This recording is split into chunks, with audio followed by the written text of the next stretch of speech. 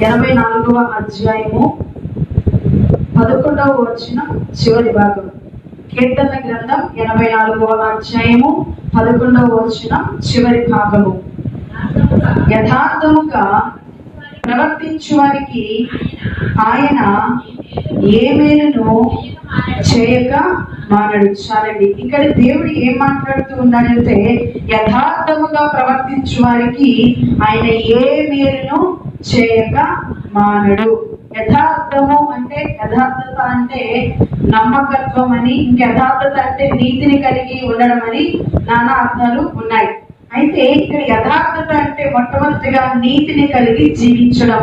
నీతి అంటే ఏంటి? నీతిమంతులని ఎవరు పిలువబడతారు అని చూస్తే, ఎవరైతే యేసుక్రీస్తు రక్తంలో తన యొక్క పాపాలను, దోషాలను, అతిక్రమాలను ఒప్పుకుని విడిచిపెట్టి ఎవరైతే పాపక్షమాపణ పొందుకుంటారో, ఎవరైతే మారు మనస్సును పొంది దానికి సాదృశ్యంగా ఎవరైతే బాప్తిస్మ రక్షణ అనుభవంలోకి నడిపించబడతారో వారు నీతిమంతులుగా తీర్చబడతారు. అంటే ఆ నీతిమంతులుగా తీర్చబడిన తరువాత యథార్థత కలిగి, నమ్మకం కలిగి, దేవునికి ఇష్టమైన మార్గంలో ఎవరైతే నడుచుకుంటారో, ఎవరైతే యథార్థత కలిగి జీవిస్తారో వారి కంటే ఏ మేలు చేయకుండా దేవుడు మానడు. ఈనాడు మనుషుల యొక్క జీవితంలో మేలును పొందుకోకపోవడానికి గల కారణం, వాళ్ళు అభివృద్ధి చెందకపోవడానికి గల కారణం, శారీరకంగా ఆత్మీయంగా ఉన్నతమైన స్థానానికి వెళ్ళలేకపోవడానికి గల కారణం ఏంటి అంటే, ఇదిగోండి యథార్థత అనేది మనుషుల దినాల్లో లేదు. నేటి ఈ లోకంలో మనుషులు ఏం లేదండి, నమ్మకత్వం లేదు. కానీ దేవుడు ఏం చేస్తూ ఉన్నాడంటే, నమ్మకమైన వారి కొరకు ఆయన వెతుకుతున్నాడంట. వాక్యం కూడా సెలవిస్తుంది ఏమనంటే, నమ్మకస్తులైన వారికి దీవెనలు ఎలా ఉంటాయండి? మెండుగా ఉంటాయంట.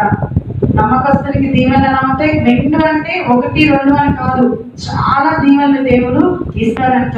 అదే ఇక్కడ ఈ వాక్య జానపదంలో దేవుడు సెలవిస్తా ఉన్నాడు ఏమనంటే, యథార్థముగా ప్రవర్తించే వారికి ఆయన ఏ మేలు చేయకుండా మానడండి. మన జీవితంలో ఏదైతే మనం ఆశపడుతూ ఉన్నామో, ఏదైతే మనం పొందుకోవాలనుకుంటూ ఉన్నామో అవన్నీ మన జీవితంలో జరగాలి అని అంటే, మనం ఆశీర్వదించబడిన వారుగా, మనం దేవుని ప్రజలుగా, దేవుని చేత కృప పొందిన వారుగా అనేక మంది ఎదుట మనం సాక్ష్యంగా నిలబడాలి అని అంటే మనం ఎలా జీవించాలని?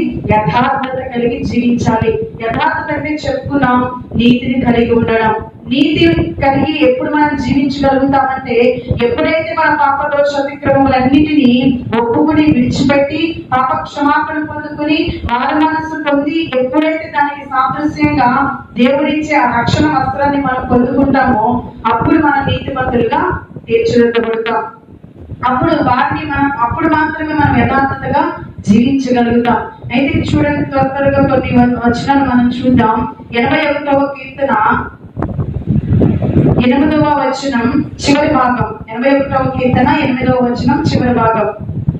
అయ్యో ఇశ్రాయేలు, నీవు నా మాట వినిన యెడల ఎంత మేలు. అంటే ఇక్కడ యథార్థత అంటే నమ్మకత్వం కలిగి జీవించడం అని చెప్పుకున్నాం. ఇంకా నీతిని కలిగి జీవించడం అని చెప్పుకున్నాం. అంటే ఆ నీతి కలిగి జీవించడం అంటే ఏంటి? నమ్మకత్వంగా జీవించడం అంటే ఏంటి అని అంటే, ఇదిగోండి దేవుని మాట వినడమే నీతిని కలిగి మనం జీవించడం. ఎవరైతే దేవుని వాక్య మూలంగా నడుచుకుంటారో, ఎవరైతే దేవుని వాక్యానుసారంగా నడుచుకుంటారో వారు నీతిమంతులుగా తీర్చిదిద్దబడతారు. ఎవరైతే ఆ వాక్యానుసారమైన జీవితాన్ని కలిగి ఉంటారో వారు నమ్మకత్వంగా జీవించగలుగుతారు, యథార్థంగా వారు జీవించగలుగుతారు. అందుకే ఇక్కడ దేవుడు అంటున్నాడు, ఓ ఇశ్రాయేలు, నా మాట వినుట ఎంత మేలు అంటున్నాడు. చూడండి, అదే అధ్యాయము 81వ అధ్యాయంలో 13వ వచనం చూడండి. అయ్యో నా ప్రజలు నా మాట వినిన యెడల, ఇశ్రాయేలు నా మార్గములు అనుసరించిన యెడల ఎంత మేలు. ఇక్కడ చూడండి, దేవుడు మాట్లాడుతూ ఉన్నారు, ఎవరు యథార్థవంతులు అనబడతారు, ఎవరు నమ్మకస్తులుగా పిలువబడతారు, ఎవరు నీతిమంతులుగా పిలువబడతారంటే, ఇదిగోండి, నా ప్రజలు నా మాట విని ఎడల, ఇశ్రాయేలు నా మార్గములు అనుసరించిన ఎడల ఎంత మేలు అంటున్నాడంటే, దేవుని మాట విని దేవుని మాట ప్రకారం ఆయన మార్గాల్లో ఎవరైతే నడుచుకుంటారో, ఆయన మార్గాన్ని అనుసరించి ఎవరైతే నడుస్తారో, అదిగోండి వారు యథార్థవంతులంట. అంటే ఈ రోజు మనం ఒక ప్రశ్న వేసుకోవాలి. మనం యథార్థత కలిగి జీవిస్తున్నామా? మనం నీతిమంతులుగా జీవిస్తున్నామా? నమ్మకస్తులుగా మనం జీవిస్తున్నామా? దేవుని మాటకు లోబడి దేవుని వాక్యానుసారంగా దేవుని మార్గంలో మనం జీవిస్తున్నామా లేదా అనేది మనము జ్ఞాపకం చేసుకోవాలి. ఎప్పుడైతే మనము యథార్థత కలిగి, నమ్మకత్వము కలిగి, ఆ నీతిని కలిగి దేవుని మాటకు లోబడి దేవుని మార్గాల్లో మనం నడుచుకుంటామో, మనకి ఏ మేలు కూడా కొద్దిగా ఉండదండి. మనకి ఏ లోటు ఉండదు. సమస్తం సమృద్ధిగా దేవుడు మనకి అనుగ్రహిస్తాడు. సమయానుకూలంగా ఎప్పుడు ఏది అవసరమో అది మనం అడగక ముందే దేవుడు ఏం చేస్తాడంట, మనకి అనుగ్రహించేస్తాడంట. ఇప్పుడు మనం పుట్టాలనుకుంటే పుట్టామంటారా? మనం అడగకుండానే, మన తల్లిదండ్రులను అడగకుండానే, మనల్ని అడగకుండానే దేవుడు ఏం చేస్తాడు, తల్లి గర్భంలో పిండంగా ఏర్పాటు చేస్తాడు. అంటే మనం అడగక ముందే తల్లిదండ్రులు కూడా నాకు మగబిడ్డనివ్వయ్యా, లేకపోతే ఆడబిడ్డనివ్వయ్యా, ఇలాగ ఉన్న బిడ్డ, నల్లగా ఉన్న బిడ్డ, తెల్లగా ఉన్న బిడ్డ, కొద్దిగా పొడవుగా, ఇలాంటి వాళ్ళు అలాంటి వాళ్ళు కావాలని అడుగుతున్నారు. ఎవరన్నా అడగక ముందే దేవుడు ఏం చేస్తున్నాడు, ఆయన సంకల్పము చొప్పున తల్లి గర్భంలో పిండాన్ని ఏర్పాటు చేస్తున్నాడు. అంటే ఎవరైతే దేవుని వాక్యానుసారంగా దేవుని మార్గాల్లో యథార్థముగా, నమ్మకముగా, నీతిని అనుసరించి ఎవరైతే నడుచుకుంటారో వారి జీవితాలు అంటే మనం అడగాల్సిన అవసరం లేదు. ఇప్పుడు చూడండి, మన ఇంట్లో పిల్లలు ఉంటారు. పిల్లలు అడగాలా, అమ్మ నాకు అన్నం పెట్టవా, అదొండవా ఇదొండవా అని మనం అడుగుతామా? అడగము.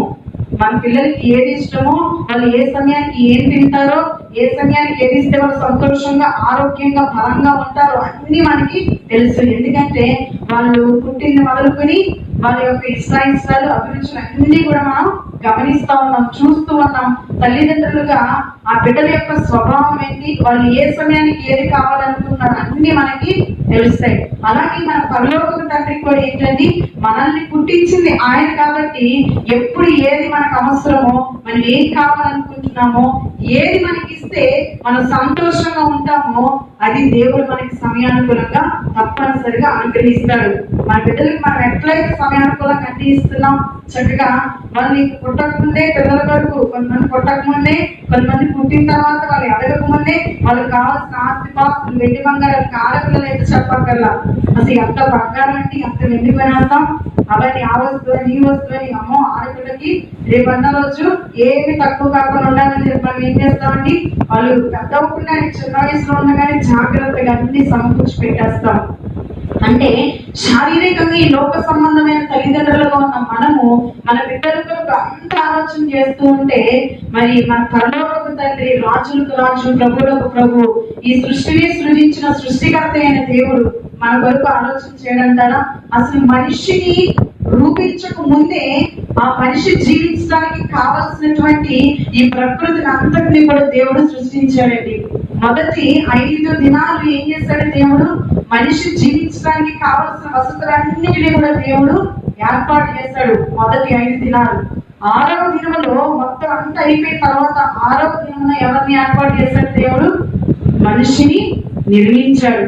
అంటే ఒక మనిషి పుట్టకముందే దేవుడు అనుకూలమైనటువంటి అన్ని వసతులు కల్పించి మనిషిని నిర్మించిన దేవుడు ఈనాడు మనకి కావాల్సిన ప్రతి ఒక్క అవసరం ఆయన తీర్చడం ద్వారా ఖచ్చితంగా తెలుస్తాడు. ఎప్పుడు అని అంటే, ఇదిగోండి ఆయన కొరకు మనం యథార్థముగా జీవించినప్పుడు, ఆయన కొరకు నీతిగా మనం జీవించినప్పుడు, ఆయన కొరకు నమ్మకంగా మనము జీవించినప్పుడు, ఆ నమ్మకమైన వారికి దీవెనలు ఎలా ఉంటాయంట, మెండుగా ఉంటాయంట. దీవెనలు అంటే ఈ శరీర సంబంధంగా, ఈ లోక సంబంధంగా ఏదో బిల్డింగ్ మీద బిల్డింగ్ కట్టేయడం, కార్ల మీద కార్లు కొనడం, ఎకరాలు కొనడం, వెండి బంగారాలు కాదండి.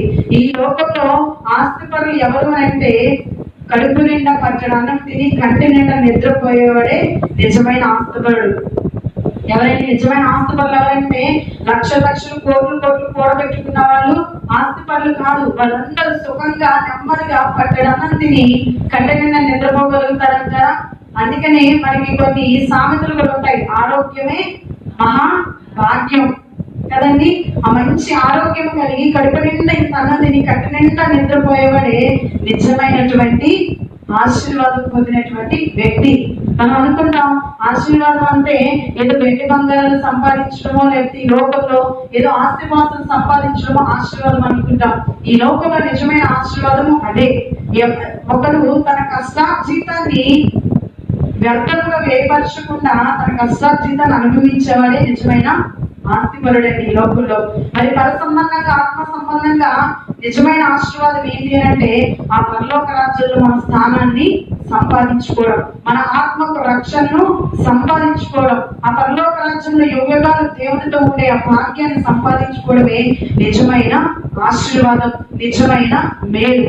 ఈ మేలు శారీరకంగా ఉన్నటువంటి ఈ మేలు, ఆత్మ సంబంధమైనటువంటి ఈ మేలులన్నీ మనం పొందుకోవాలంటే ఖచ్చితంగా మనం ఎలా జీవించాలండి? యథార్థత కలిగి జీవించాలి. యథార్థత అంటే చెప్పాం, నీతిని అనుసరించి నమ్మకంగా. నీతి అంటే ఎవరు నీతిమంతులుగా తీర్చబడతారంటే యేసు రక్తంలో తమ పాపాలు కడుక్కున్న వారు మాత్రమే, రక్షింపబడిన వారు మాత్రమే నీతిమంతులుగా తీర్చబడతారు. అందుకే ఇక్కడ దేవుడు అంటున్నాడు, అయ్యో నా ప్రజలు నా మాట వినినట్లా, ఇశ్రాయేలు నా మార్గములు అనుసరించి నడిచినట్లా ఎంత మేలు అంటూ అన్నాడు. అంటే దేవుడి మార్గంలో ఏముందండి? మేలుంది. మరి ఈ లోక మార్గంలో ఏముంది? కీడుంది. అంటే దేవుడి మార్గంలో మేలుంది అంటే దానికి వ్యతిరేక పదం ఏంటి? మేలుకి వ్యతిరేకం కీడు. మేలుకి ఆపోజిట్ ఏంటండి? కీడు. అంటే ఈ లోకము కీడుతో నింపబడి ఉంది. ఈ లోకము ప్రమాదకరమైంది, ఈ లోకము మోసకరమైంది, రంగుల వలయము. ఈ లోకాన్ని ఎవరు ఈ లోకం మీద ఎవరు అధికారం చేస్తున్నారు? ఈ లోకం ఎవరి వశంలో ఉందంటే ఇదిగోండి అపవాది యొక్క చేతుల్లో ఉంది, అపవాది యొక్క వశంలో ఉంది. కాబట్టి ఈ లోకం వైపు మనం ఎప్పుడు కూడా చూడకూడదండి. మనం ఈ లోకం వైపు చూస్తే యథార్థత కలిగి మనం జీవించలేము. ఈనాడు మనం ఆలోచన చేస్తే అసలు ఈ లోకంలో యథార్థత అనేది ఎక్కడైనా కనబడుతుందంటారా? ఎక్కడ చూసినా మోసమే, ఎక్కడ చూసినా అన్యాయమే. యథార్థత, నీతి, న్యాయం, నమ్మకత్వం అనేవి ఈ భూమి మీద ఎక్కడ కూడా కనబడట్లేదండి. ఎందుకని అంటే ఈ ప్రభు రాకలకు సూచనలు. మనం మంచి దినాల్లో ఉన్నాం, అపాయకరమైన దినాల్లో ఉన్నాం, ప్రభు రాకలకు సమీపంగా ఉన్నాం. లేఖనాల ప్రకారంగా దేవుడు రాకలు సమీపించినప్పుడు ఇవన్నీ కూడా జరుగుతాయని లేఖనాలు చెప్పడం జరిగింది. కాబట్టి ప్రేమ చల్లారిపోయింది, నమ్మకత్వం లేదు, యథార్థత లేదు, న్యాయం లేదు, ఎక్కడ నీతి అనేది లేకుండా పోయిందండి. ఇలాంటి సమయంలో మనం ఏం చేయాలంటే దేవుని మార్గాల్లో మనం నడుచుకోవాలి, యథార్థత కలిగి నడుచుకోవాలి, ఆ నీతిని కలిగి నమ్మకత్వాన్ని కలిగి మనం దేవుని కొరకు జీవించాలండి. అయితే ఇక్కడ దేవుడు మాట్లాడాడు కదా, నా మాట విని నడిచిన మీకు ఎంత మేలు అని. అంటే దేవుడు ఎలాంటి మేలు చేస్తాడని అని మనకు ఒక డౌట్ రావచ్చు. ఎలాంటి మేలు చేస్తాడు? కొన్ని విషయాలు మనం ధ్యానించుకుందాం. చూడండి, హెజ్కేలు గ్రంథము 36వ అధ్యాయము 11వ వచనంలో చివరి భాగం. హెజ్కేలు గ్రంథం 36వ అధ్యాయము 11వ వచనం చివరి భాగం. పాత నిబంధన గ్రంథం 718వ పేజీ. చూడండి, అక్కడ ఏమంటుందంటే పూర్వం ఉన్నట్టు మిమ్మల్ని నివాస స్థానముగా చేసి మునిపటి కంటే అధికమైన మేలు మీకు కలగచేసేదను. అప్పుడు నేను యెహోవానై ఉన్నానని మీరు తెలుసుకుందరు. చూడండి, ఇక్కడ ఏమంటున్నారంటే మునుపటి కంటే అధికమైన మేలు మీకు కలుగ చేస్తాను అంటున్నాడు. ఎప్పుడంతా మన దేవుని కొరకు యథార్థత కలిగి మనం జీవించినప్పుడు. ఆ యథార్థత ఎలా వస్తుందని మనం ముందు చెప్పుకున్నాం. మన పాప దోష అతిక్రమాలన్నీ విడిచిపెట్టి ఆయన మార్గంలోకి వచ్చినప్పుడు మనం యథార్థవంతులుగా మనం జీవించగలుగుతాం. ఎప్పుడైతే మనం పాపాలు దోషాలన్నింటినీ విడిచిపెట్టి దేవుని మార్గంలో మనం నడుచుకుంటాం యథార్థంగా, మనం ఆ దేవుడి మార్గంలోనికి రాకముందు ఉన్న పరిస్థితి కంటే దేవుడి మార్గంలోకి వచ్చిన తర్వాత దేవుడు ఏం చేస్తాడండి? అధికమైన మేలు కలగచేస్తాడంట. మనం దేవుడి వైపు చూడక ముందు మనకున్న స్థితి కంటే దేవుడి వైపు చూసిన తర్వాత మనకు ఉండే స్థితి చాలా ఆశీర్వాదకరంగా ఉంటుందంటండి. ఇంకా చూద్దామా? ఆ 15వ వచనం చూడండి, అదే అధ్యాయంలో నిన్ను గూర్చి అన్యజనులు చేయు అపహాస్యము నీకిక వినబడకుండా చేసేదను. జనముల వలన కలుగు అవమానము నీవిక భరింపవు. నీవు నీ జనులను కృతజ్ఞులుగా చేయకుదువు. ఇదే ప్రభువుకు యెహోవా వాక్కు. చూడండి ఏమంటున్నాడంటే, మనం దేవుని ఎరగక ముందు మన స్థితి ఎలా ఉంది అంటే, ఇక్కడ దేవుడు అంటూ ఉన్నాడు, నిన్ను గూర్చి అన్యజనులు చేయి అపహాస్యము. అంటే దేవుణ్ణి ఎరగక ముందు మనలో ఉన్న పాప దోష అతిక్రమములు, మనలో ఉన్న చెడుతనాన్ని బట్టి ఒకవేళ అనేక మంది మనల్ని అపహాసించారేమో, అనేక మంది మనల్ని ద్వేషించారేమో, అనేక మంది మనల్ని విమర్శించారేమో, అనేక మంది మనల్ని చిన్నచూపు చూసారేమో. దేవుడు అంటూ ఉన్నాడు, ఎప్పుడైతే యథార్థంగా మనం జీవిస్తామో, ఎప్పుడైతే దేవుడికి నమ్మకంగా నీతిని అనుసరించి ఆయన మార్గాల్లో నడుస్తామో, అప్పుడంతా మొట్టమొదటిగా ఏమన్నాడు, వెనుపటి కంటే అధికమైన వెళ్ళి కలుగ చేస్తాడు. తర్వాత మన మీద ఉన్న నిందలన్నింటినీ కూడా ఏం చేస్తాడంటే దేవుడు తీసేస్తాడంట. మన పరిశుద్ధమైనటువంటి ఒక వ్యక్తిగా మనల్ని దేవుడు మార్పు చేస్తాడంట. ఇంకేంటంటే, అపహాస్యం వినకుండా జనుల వల్ల కలిగే అవమానం ఇంకా మనం భరించకుండా మనల్ని ఏం చేస్తాడంటే దేవుడు పోల్చకుండా మనల్ని నిలబడతాడంట.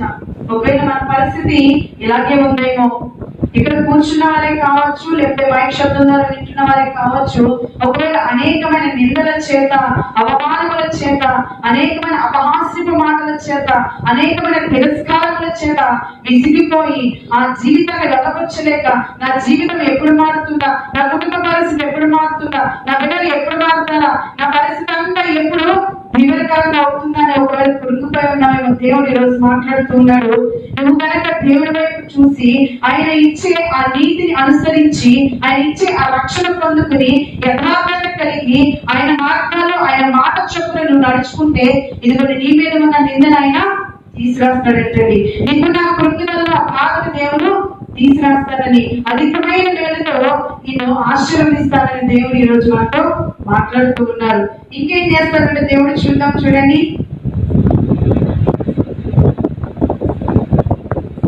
26వ వచనం చూడండి.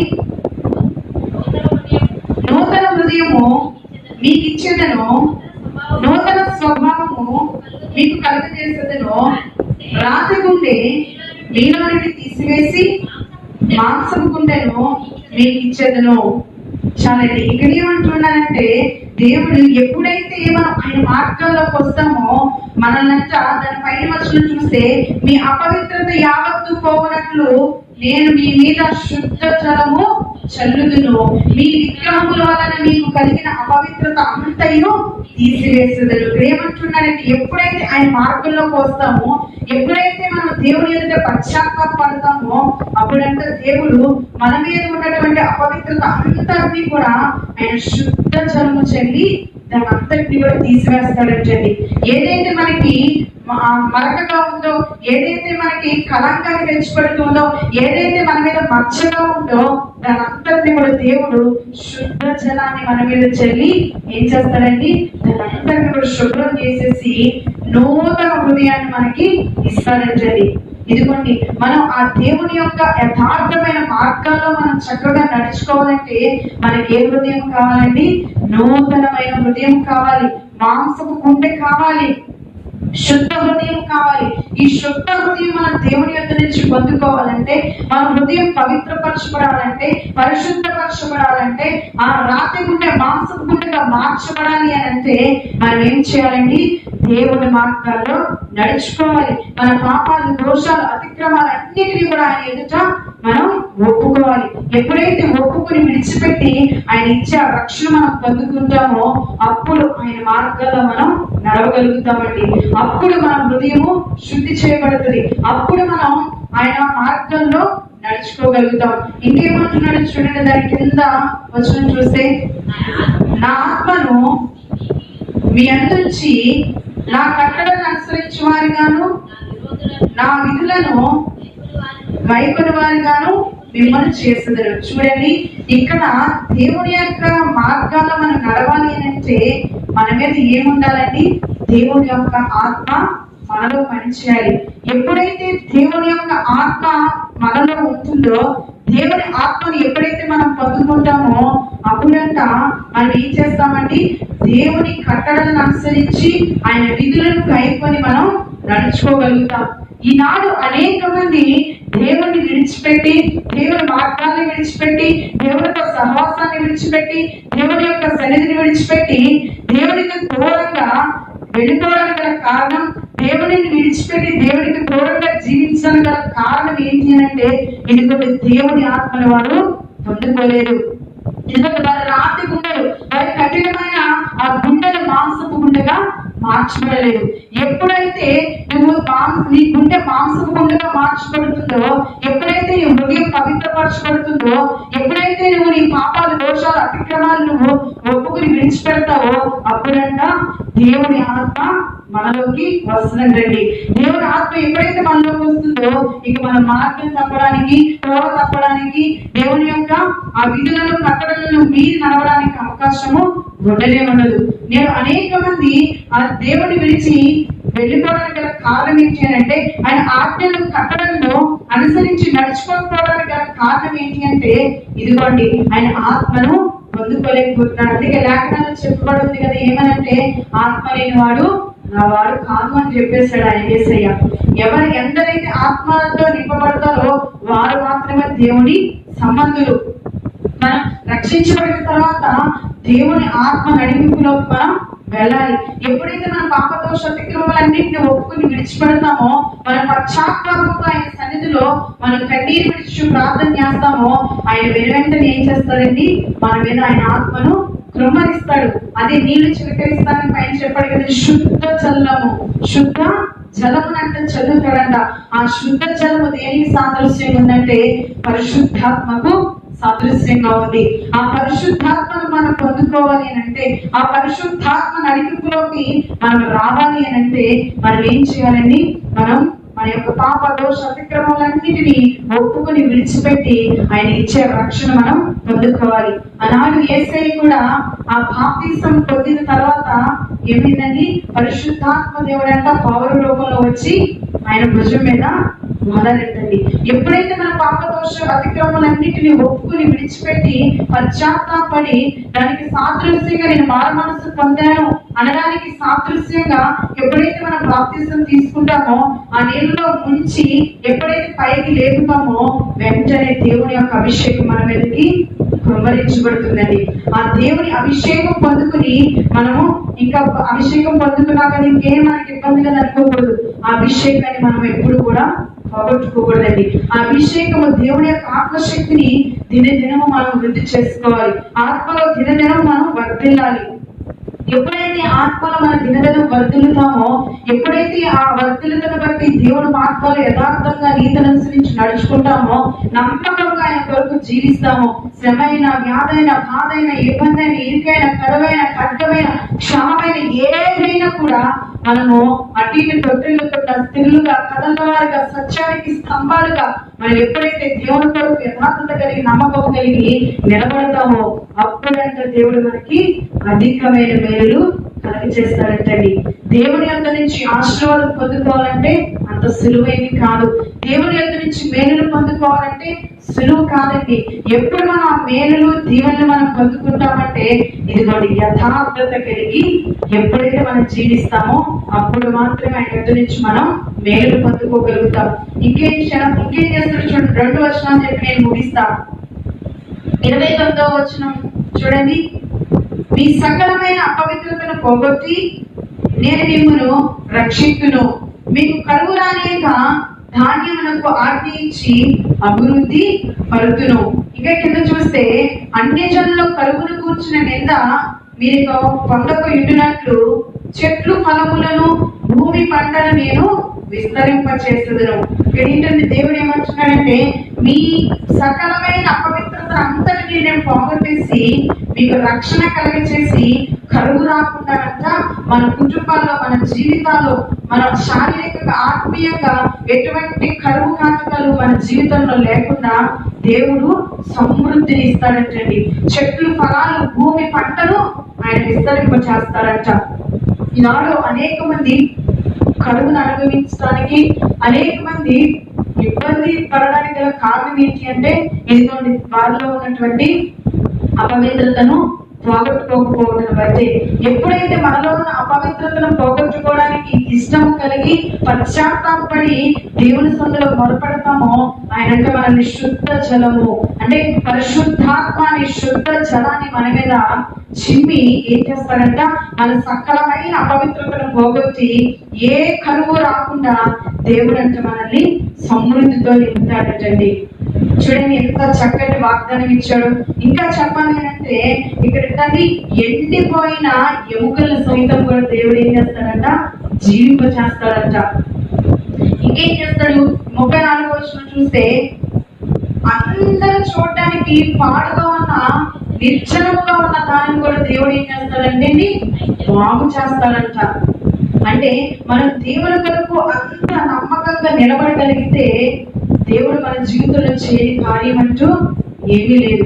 ఈనాడు అనేక మంది మన కుటుంబాల్లో సంతోషం, సమాధానం, నెమ్మది లేకుండా దేవుడి యొద్ద నుంచి కార్యాలు పొందుకోకుండా ఉండడానికి గల కారణం ఏంటి అంటే, ఇదిగోండి దేవుని కొరకు మనం యథార్థతగా జీవించలేకపోతున్నామేమో, దేవుని కొరకు నమ్మకంగా మనం నడుచుకోలేకపోతున్నామేమో, ఆ దేవుడిచ్చే ఆత్మశక్తిని, ఆత్మాభిషేకాన్ని మనం పొందుకోలేకపోతున్నామేమో, ఒకవేళ ఆ పొందుకున్న ఆ రక్షణను, ఆ పొందుకున్న ఆత్మ అభిషేకాన్ని మనం జాగ్రత్తగా కాపాడుకోలేకపోతున్నామేమో దేవుడు ఈరోజు మనకి జ్ఞాపకం చేస్తా ఉన్నాడు. ఒకవేళ మన హృదయాన్ని ఇంకా మాంసపుండలుగా మార్చబడలేదేమో, ఇంకా కఠినంగానే మనం ఉంటా ఉన్నామేమో, దేవుడు ఈ రోజు మనతో మాట్లాడుతూ ఉన్నాడు.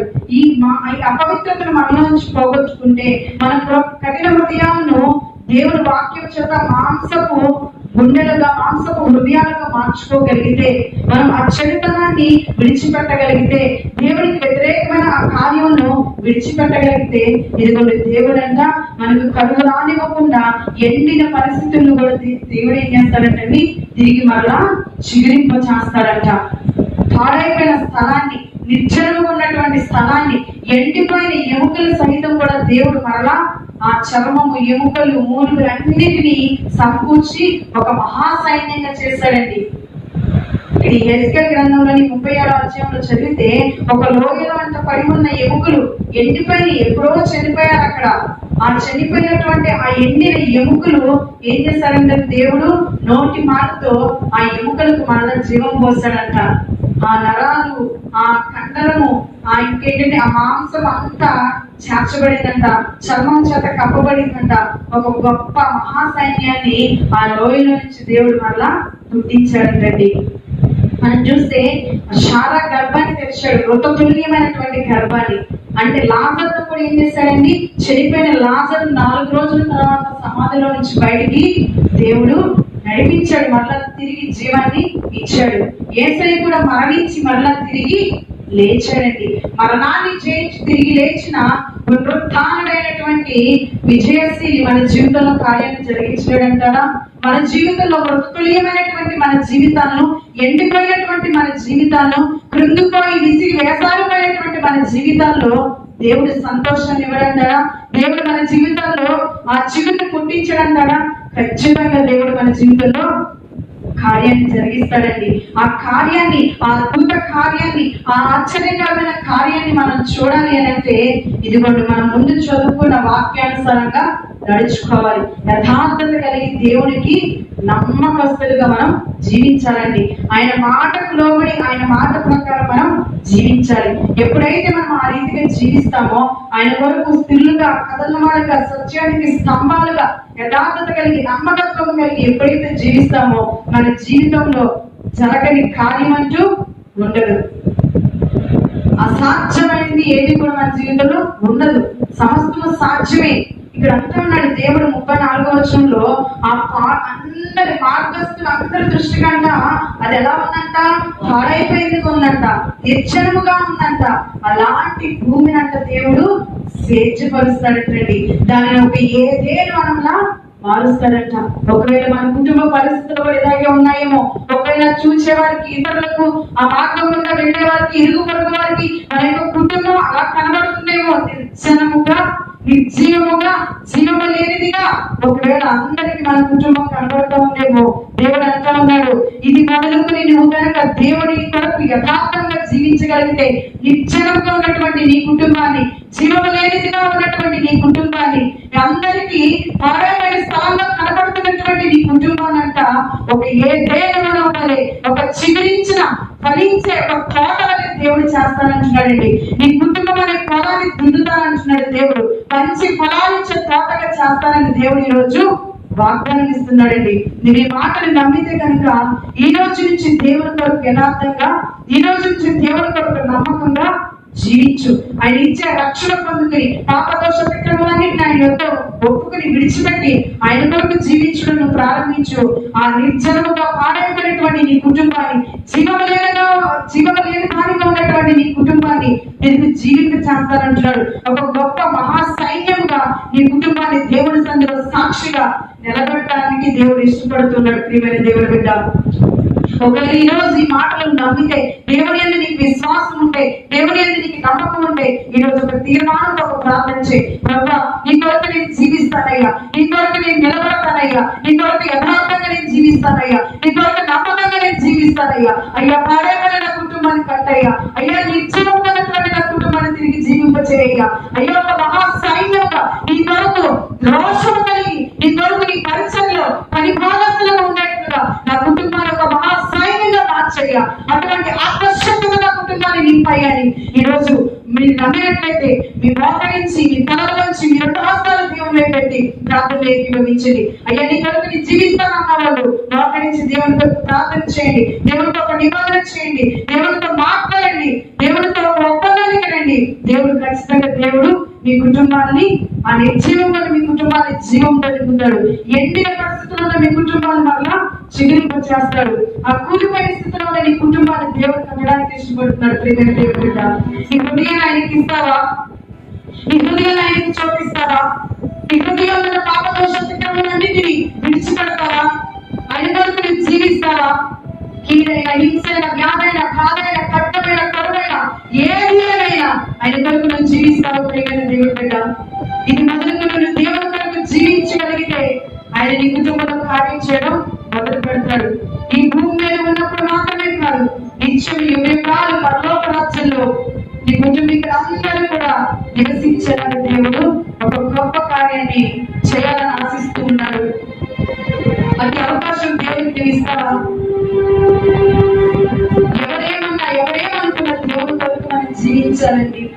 ఎప్పుడైతే ఎవరేమనుకున్నా దేవుడి కొరకు జీవిస్తావో, సమస్తాన్ని విడిచి నువ్వు దేవుడి కొరకు ఎప్పుడైతే నువ్వు నిలబడతావో, దేవుడు ఖచ్చితంగా నీ కుటుంబంలో ఏ మేలు కూడా చేయక మానవండి. అనేక మందికి ఆశీర్వాదకరంగా దేవుడు నిన్ను నిలబడతాడు, అనేక మందికి దీవెనకరంగా దేవుడు నిన్ను నిలబడతాడు.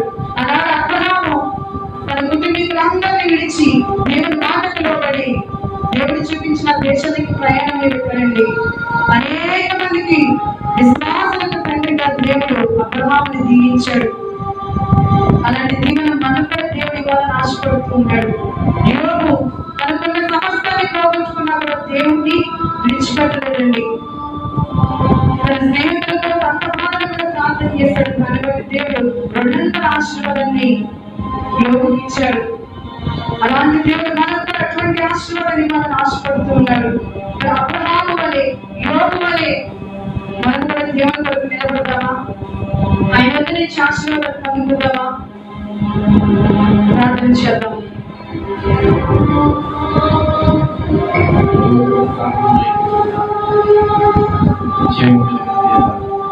జీవాధిపతి